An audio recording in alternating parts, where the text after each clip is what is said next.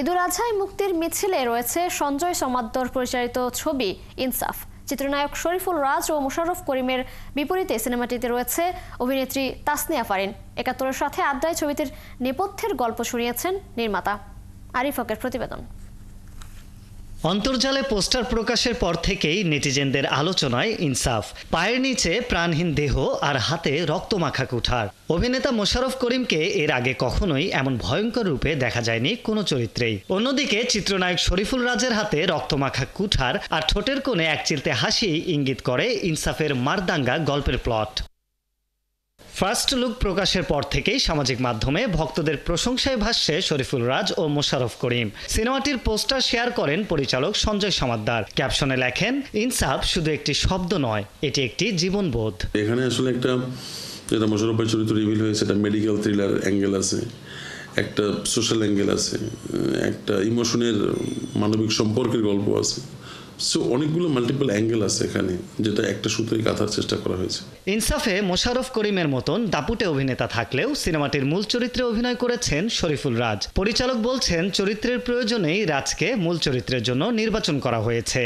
এই চরিত্রে একটা জার্নি আছে, তো একটা সার্টেন বয়স থেকে জার্নিটা শুরু হয়। তো অ্যাটিটিউড, অ্যাগ্রেশন, অ্যাক্টিং স্কিল সব মিলিয়ে আমরা আসলে শরীফুল রাজকে দরকার ছিল, এবং শরীফুল রাজ অ্যাকচুয়ালি আপনার সিনেমাটা দেখলে বুঝবেন সে দুর্দান্ত পারফর্ম করেছে।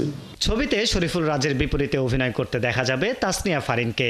বাণিজ্যিক ঘরানার ছবিতে এই প্রথমবার হাজির হচ্ছেন অভিনেত্রী। ফারিন অ্যাকচুয়ালি খুব ব্রিলিয়েন্ট অ্যাক্ট্রেস, সবাই জানে সেটা। সে বারবার নিজেকে একজন দারুণ অভিনেত্রী হিসেবে দর্শকের সামনে নিয়ে এসেছে।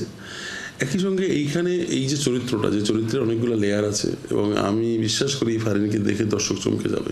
ইনসাফের সবচেয়ে বড় চমক অভিনেতা মোশাররফ করিমের ব্যতিক্রমী উপস্থাপনা।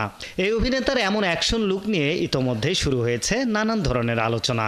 মোশাররফ ভাই সাথে আমার বন্ডিংটা অন্যরকম। তিনি একজন কিংবদন্তি, তার অভিনয় নিয়ে তো আসলে বলার কিছু নাই। তার সাথে আমার যখন গল্পটা নিয়ে আলাপ হয়, এবং আমরা আসলে ইটস অ্যান অ্যাম্বিশাস প্রজেক্ট, সেটা আপনারা দেখলে বুঝবেন। আমরা একটু এটা বড় পরিকল্পনা আছে। সেই জায়গা থেকে আমরা যখন ভাইকে গল্পটা ব্রিফ করি এবং যখন তার ক্যারেক্টারটা ন্যারেট করি, তখন আমরা চেষ্টা করেছিলাম মোশাররফ ভাইকে একটু অন্যভাবে প্রেজেন্ট করার।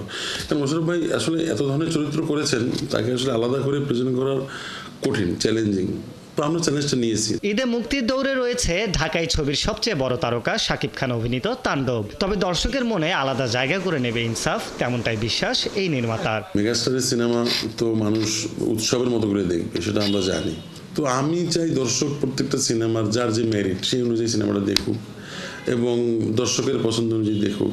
আমি চাই সবার সিনেমা দেখুক, আমার সিনেমাটাও দেখুক। এই মুহূর্তে ছবিটির ডাবিং এবং এডিটিং এর কাজ চলছে। শিগগিরই টিজার প্রকাশ করা হবে বলে জানিয়েছেন নির্মাতা। ঈদে ইনসাফ দেখতে দর্শক ভিড় করবে প্রেক্ষাগৃহে, এমনটাই প্রত্যাশা চলচ্চিত্রটির সংশ্লিষ্টের। বাংলাদেশের সিনেমা দেখে তারা আমাদের সীমাবদ্ধতা মাথায় রেখেই দেখে। আরিফ হক, ৭১, ঢাকা।